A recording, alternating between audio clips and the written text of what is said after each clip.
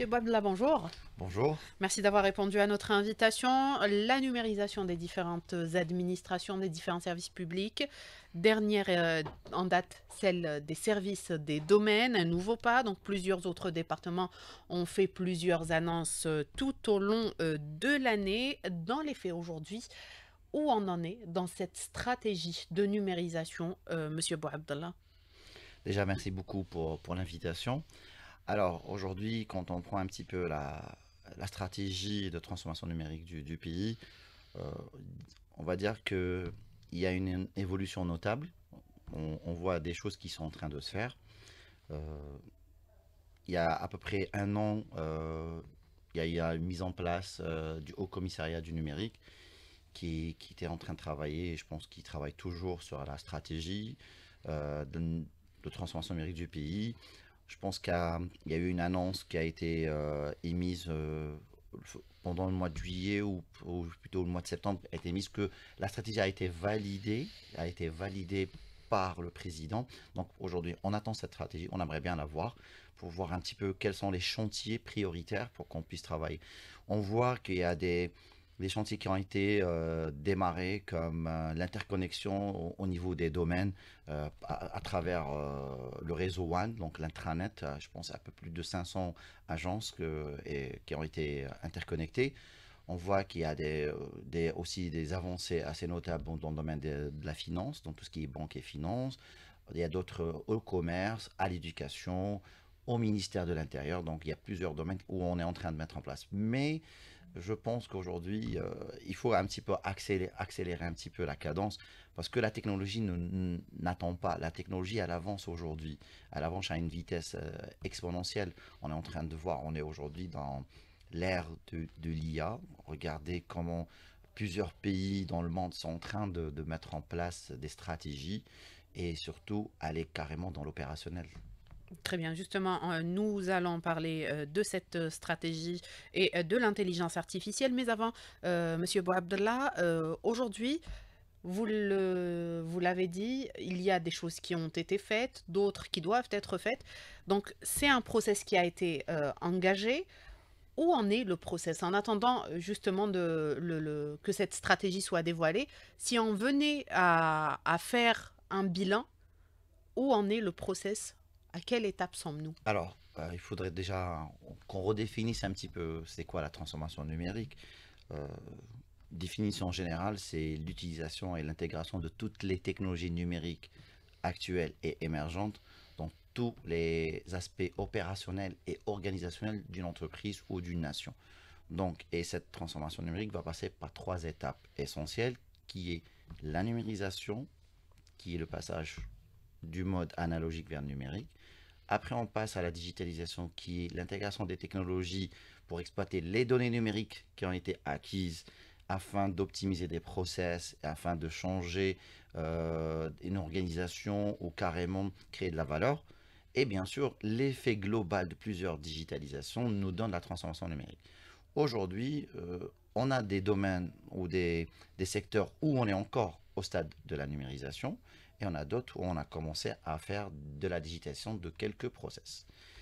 Quand on voit un petit peu disons, cette transformation, elle aura besoin de trois prérequis ou trois composantes clés.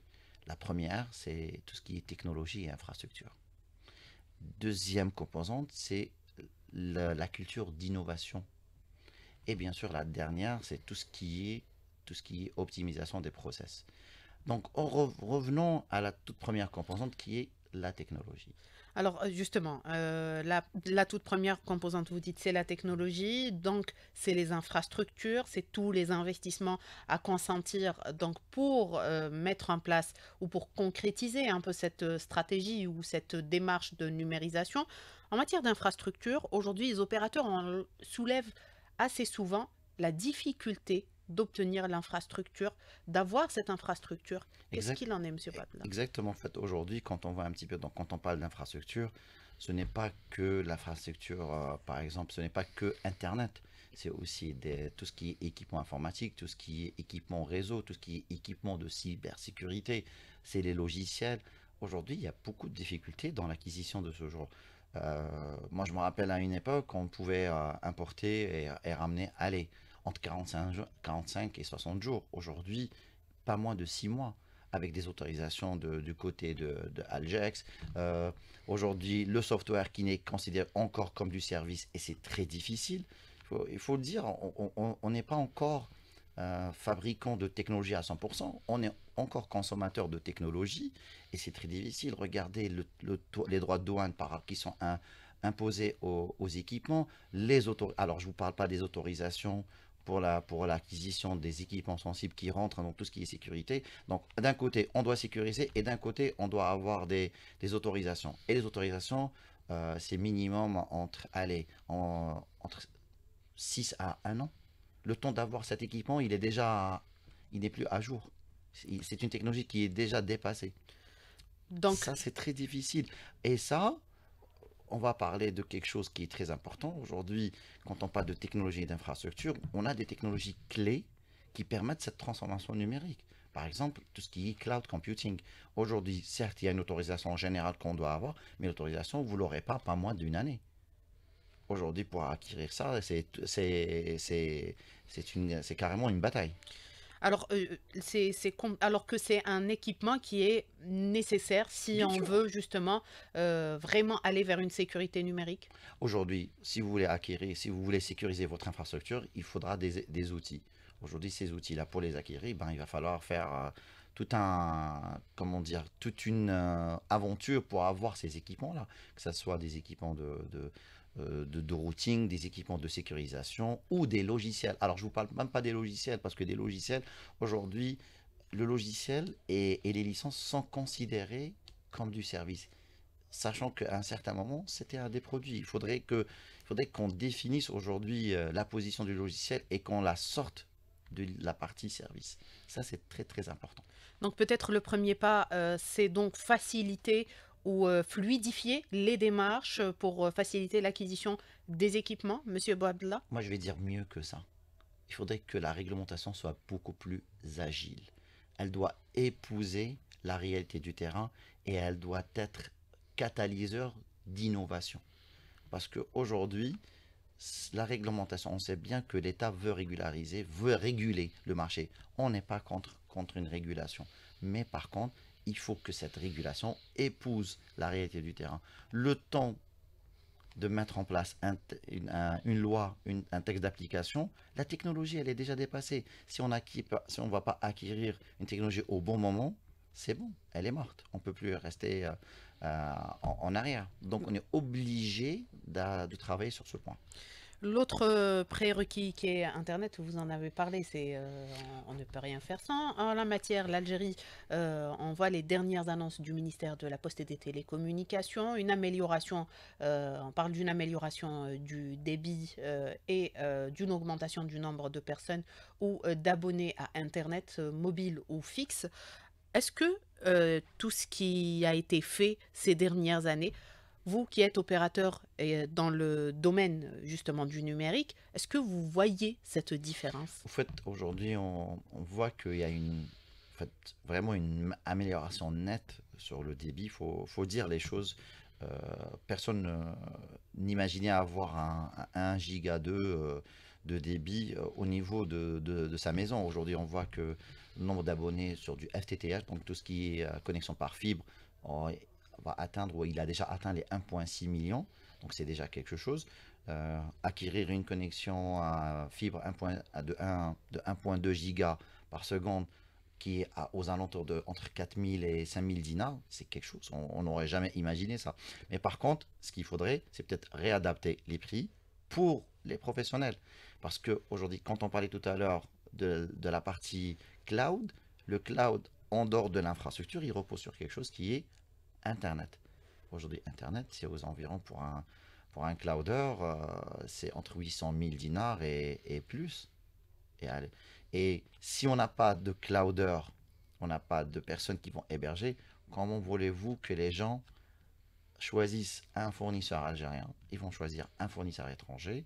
Et là, on perdra cette fameuse souveraineté numérique qui est chère à nous et qu'on veut vraiment mettre en place. Oui. Alors, concernant le cloud, on en a parlé, justement, monsieur, Bouabdallah. Vous dites qu'aujourd'hui, si on n'a pas les clouders, on ne pourra pas concrétiser, cette souveraineté numérique. Aujourd'hui, peu d'opérateurs investissent dans le cloud. Ils ne sont pas nombreux. Il y a certes le cloud qui est mis en place au niveau donc, du secteur des finances. Il y a quelques opérateurs privés, qui, investissent également, dans ce service. Qu'est-ce qui explique aujourd'hui ce manque d'investissement? En fait, c'est très simple. Les coûts? Les coûts, oui. Les coûts sont énormes. Le coût de la connexion Internet pour les professionnels est énorme aussi. Et surtout, toute cette lourdeur administrative pour avoir les autorisations. Parce qu'il faudra savoir qu'un cloud est basé sur l'infrastructure, c'est un data center qui est relié à Internet, qui va offrir des services d'hébergement, de stockage, de partage, ainsi de suite. Mais aujourd'hui, si vous voulez acquérir un serveur, il faut attendre. Si vous voulez acquérir un équipement pour sécuriser la donnée, il faut attendre et il faut l'autorisation. Et en même temps, mettre en tête qu'il faut aussi une connexion Internet pour relier. Et ce n'est pas que le cloud gouvernemental qui va résoudre ça, hein. Aujourd'hui, quand vous listez, vous voyez un petit peu le nombre de personnes ou d'entreprises qui proposent des services cloud, ne dépasse pas les 12. Sachant qu'on est vraiment très en retard quand on vérifie un petit peu ce qui se passe en Afrique. Alors, il y a la stratégie, vous en avez parlé, vous vous dites qu'elle a été validée. Effectivement, l'annonce a été faite donc, par le Haut Commissariat au numérique, mais elle n'a pas encore été dévoilée. Est-ce que c'est l'axe principal sur lequel doit se baser la stratégie, Ben, la facilitation? ben, et il le faut. C'est un axe vraiment. En fait, l'un des premiers axes, c'est de travailler une régulation, mais une régulation qui doit vraiment correspondre à la réalité du terrain. On ne veut pas une régulation qui est... Il faudrait que cette régulation doit être travaillée avec des gens du terrain, des gens qui sont dans l'opérationnel. Sinon, on ne pourra jamais. Si vous dites, s'il y a quelqu'un qui est carrément déconnecté de la réalité et qui ne connaît pas qu'est-ce qui se passe dans le terrain, comment voulez-vous qu'il va nous mettre? Il va juste nous mettre une loi qui est carrément différente et qui va peut-être entraver, ou peut-être... Caduc. Exactement. Monsieur Boabdallah, nous avons parlé donc aujourd'hui de ces différentes étapes, de ces différents prérequis ou préalables pour concrétiser cette vision de numérisation ou de transformation digitale. Vous dites qu'aujourd'hui, il y a la question du coût et des lenteurs qui freinent donc cette transformation. Est-ce que c'est les seules entraves? En fait, il n'y a pas que ça. En fait, il faut aussi travailler un petit peu sur tout ce qui est culture d'innovation. Ça, c'est une partie et on voit que l'un des plus grands défis dans ce côté-là, c'est la résistance au changement. Il faut savoir que une stratégie de transformation numérique va apporter quelque chose de très très important qui est chèrement que tout, même le président en a parlé, c'est la transparence et la traçabilité. La traçabilité de l'information, la transparence de l'information. Et ça, c'est cette transformation digitale qui va nous amener et ramener ça. Donc il faut vraiment travailler, parce qu'il y a beaucoup de gens qui veulent pas de cette transformation, parce que peut-être qu'ils vont perdre du pouvoir, peut-être qu'ils auront plus, ils ont peur de dévoiler ce qui se fait, on va les suivre sur leurs travaux, on va leur demander des comptes, parce que qui dit transformation veut dire qu'on va travailler sur les données, on va se baser sur les données, et surtout, il va y avoir une meilleure prise de décision. Donc, il y a des gens qui n'aimeraient pas que cette transformation, et je pense que nous, en tant qu'acteurs dans le domaine du numérique, et on a plusieurs, il faut voir, hein, il y a le GAN, il y a des émissions qui se font, donc il y a beaucoup de gens qui travaillent sur ça. Et, euh, et de ce côté-là, il y a beaucoup d'acculturation qui se fait et beaucoup de workshops, de séminaires pour un petit peu expliquer et montrer tout ce qui est bénéfique et tout ce qu'on peut apporter de ça. Alors, vous avez parlé d'innovation, vous dites que c'est l'autre problème aujourd'hui. En quoi, qu'est-ce qui manque en la matière? Au fait, c'est pas un problème, en fait, c'est une composante, Oui. c'est une composante aujourd'hui de la transformation, de la culture d'innovation. Aujourd'hui, on voit, par exemple, on a en place tout un ministère sur l'économie de la connaissance, des startups et des petites entreprises. On voit beaucoup d'émergence de startups, mais il faudrait aujourd'hui les aider et surtout mettre en place des mécanismes de financement. Il faudrait vraiment que un petit peu le secteur privé commence à réfléchir et à aller investir investir sur des startups, ce genre d'entreprise. Parce qu'il ne faut pas s'attendre que l'investissement va venir que de l'État, Mhm. que du public. Non, il faudrait qu'on commence un petit peu à faire émerger cet état d'esprit d'innovation et surtout aller vers les startups et aller vers des entreprises dans le domaine du numérique pour investir et pousser l'innovation au maximum. Très bien. Alors, il y a une stratégie, par contre, là, qui a été dévoilée, qui concerne l'intégration de l'intelligence artificielle, l'IA. Là, la stratégie n'a pas tardé à voir le jour. Elle a été dévoilée donc il y a quelques semaines de cela. On connaît les axes principaux de cette stratégie, mais on voit que vous avez soulevé déjà plusieurs problèmes ou plusieurs freins qui entravent le développement de la transformation digitale. Avec l'avènement de l'IA, est-ce que ça ne risque pas d'être encore plus compliqué, Monsieur Boadla? Aujourd'hui, l'IA, c'est une technologie où on ne peut plus s'en passer. Regardez ce qui se fait dans le monde un petit peu et surtout qu'il y a beaucoup de pays qui sont en train d'investir. Le dernier en date, c'est l'Arabie Saoudite qui a signé avec OpenAI pour la mise en place d'un data center d'une valeur de 100 milliards de dollars. Vous avez des pays qui aujourd'hui qui ont mis en place des frameworks comme le Rwanda, comme l'Afrique du Sud. Regardez l'Égypte qui a sa deuxième version de la stratégie IA du pays. D'autres pays qui sont en train d'investir, hein, ils ont mis en place des investissements d'un coût de 1 milliard de dollars, donc de dollars sur l'IA chaque année. Donc sur un plan stratégique qui va durer au-delà de plus de 10 ans. Aujourd'hui, l'IA, elle est présente dans tout. Et l'IA, ce n'est pas que ce qu'on est en train de voir, c'est pas le chat GPT. C'est pas ça. L'IA, c'est au-delà de ça.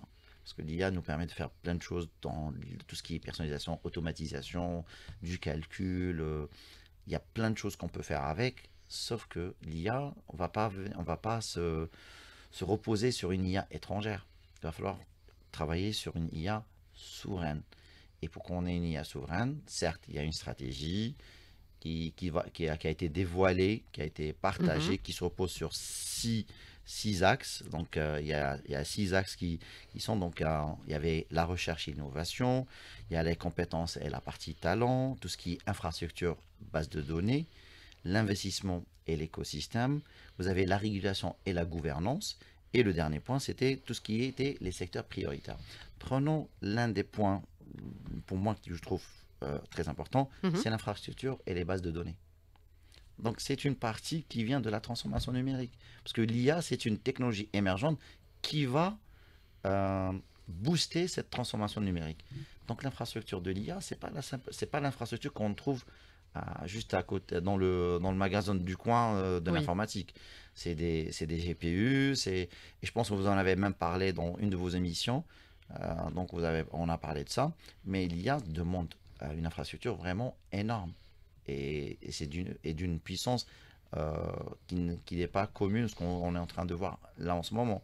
Et aussi, l'IA fonctionne avec de la donnée. Mais quel type de données? De la donnée de qualité. Et aujourd'hui, cette donnée de qualité, il faut aller la chercher ou carrément, il faut la produire. La créer, oui. Avec quoi? Avec la première étape qui est la numérisation. Très Voilà. bien. Alors, juste, vous avez cité donc vous avez parlé des différents axes de cette stratégie, donc de l'intelligence artificielle. Vous avez évoqué les talents, la ressource humaine, c'est la clé. C'est comme pour tous les autres secteurs, comme pour toutes les autres stratégies. En la matière, on sait qu'il y a une formation qui se fait. Il y a même une école qui est dédiée, complètement dédiée à l'intelligence artificielle. Comment faire aujourd'hui pour garder, attirer ces talents vers les entreprises algériennes et les impliquer directement dans l'élaboration, dans la création de cette stratégie de l'intelligence artificielle? Aujourd'hui, pour garder un talent, beaucoup de gens pensent que c'est une question que de salaire. Ce n'est pas qu'une question de salaire. C'est une question d'un écosystème. C'est tout un package. Niveau de vie, comment ils vivent, les outils. Comment peut-on avoir quelqu'un sur de l'IA s'il n'a pas l'infrastructure pour tester? Ça, c'est de un. Les salaires, je pense, c'est une problématique dans plusieurs domaines. Ce n'est pas que dans le domaine de l'IT, mais le domaine de l'IT c'est aujourd'hui on voit que les salaires entre le public et le privé, c'est le jour et la nuit, c'est quelque chose qui est vraiment différent. Et là, je ne pense pas que je serai la bonne personne à parler de ça, mais je pense que il va falloir revoir peut-être ce côté-là, la côté des grilles salariales, mais je pense il y aura plusieurs secteurs qui vont être impactés. Maintenant, il C'est y a peut-être l'autre priorité, la ressource humaine? exactement, exactement. Aujourd'hui, comment on va retenir? Donc, cette personne qui vient de finir ses 5 ans ou ses 7 ans d'études dans le domaine de l'IA ou dans le domaine de la cybersécurité ou dans le domaine de l'infrastructure, comment le garder? Comment le retenir en Algérie? Eh bien, faudrait travailler sur tout un package, qui soit salaire, formation, niveau de vie, priorité dans les recrutements, ainsi de suite, ce genre de choses. Et je pense qu'on peut aller beaucoup, beaucoup, beaucoup plus loin dans ça. Parce qu'aujourd'hui, ce n'est plus possible de former et de laisser partir cette ressource qui devient de plus en plus rare aujourd'hui. Alors, il y a également des secteurs prioritaires, vous l'avez dit, dans le cadre de cette stratégie nationale liée à l'intelligence artificielle. Il y a des secteurs prioritaires. Est-ce qu'on ne devrait pas prendre les secteurs les plus avancés dans la transformation digitale pour l'intégration de l'IA, pour faciliter cette intégration? En fait, les secteurs qui ont été abordés lors de la stratégie, donc quand il y a eu pendant l'Africa Startup Conference, on parlait de l'agriculture, on parlait de santé, on parlait de l'énergie, on parlait de cybersécurité. Je pense que oui, il faudrait peut-être commencer à travailler sur ça. Donc l'énergie aujourd'hui, je pense que côté Sonatrach, Sonel Gaz, il y a des projets dans ce sens-là. L'agriculture, il faut la booster. La santé, il y a un grand travail énorme qui doit se faire aujourd'hui. Mais je pense que euh, on va voir quelques résultats. Il ne faut pas dire que tout est noir ou tout est... Non, non, il y a des choses qui ont été faites, vraiment. Il y a des choses qui ont été faites. Aujourd'hui, c'est juste qu'il faudrait accélérer. Il faudrait juste accélérer pour qu'on puisse aller plus rapidement. Alors, est-ce qu'on ne devrait pas également aller là où il y a les moyens? Parce que vous dites que ça nécessite beaucoup d'investissements, des investissements très lourds. Est-ce que, justement, on ne devrait pas plutôt prioriser des secteurs où les moyens sont importants? Vous avez parlé de l'énergie, par exemple, où les entreprises disposent de moyens très Au fait, importants. tout dépend de... En fait, chaque secteur aura, pour moi, chaque secteur aura une certaine stratégie. Les stratégies de mise en place de transformation numérique diffèrent d'un secteur d'un autre et surtout de l'état actuel de ce secteur-là. On peut utiliser une stratégie, ce qu'on appelle en bimodal, c'est-à-dire qu'on met de l'innovation tout en gardant tout ce qui est classique, jusqu'à ce qu'on arrive à une intersection. On peut aller d'une manière progressive. Et il y en a d'autres où on doit utiliser de l'agilité, où on doit répondre rapidement aux changements du marché et surtout aux demandes qui viennent. Donc oui, ceux qui sont peut-être pour moi, qui seront peut-être priorisés, c'est ceux qui ont déjà une infrastructure, qui sont déjà avancés euh, dans leur transformation numérique. Une dernière question, Monsieur Boabdallah, brièvement, s'il vous plaît. On est à la veille donc d'une nouvelle année. On attend beaucoup, on attend notamment cette stratégie nationale de numérisation qu'elle soit dévoilée. Alors, quelle est l'urgence pour vous, Monsieur Boabdallah, et quelles sont les perspectives? Moi, je pense qu'il faudrait commencer à vraiment à considérer aujourd'hui que l'IT et la technologie doivent prendre part dans l'économie nationale. Il y a des pays où l'investissement dans la transformation numérique, chaque dollar, par exemple la Chine, chaque dollar qui est investi dans l'économie numérique rapporte 25 dollars dans le PIB national. Je pense que ça en dit beaucoup. C'est l'exemple à suivre. Exactement. Aujourd'hui, l'économie numérique dans le monde, c'est 15% du PIB mondial. C'est 11,5 billions de dollars. Très bien, merci Monsieur Boabdallah. On arrive donc à la fin de notre émission. Merci à vous d'avoir répondu à toutes nos questions. Merci à vous, chers amis auditeurs, de nous avoir prêté attention. Je rappelle que nous avions avec nous ce matin Monsieur Djalal Boabdallah, expert en transformation digitale. Merci encore. Très bon week-end à toutes et à tous et à dimanche.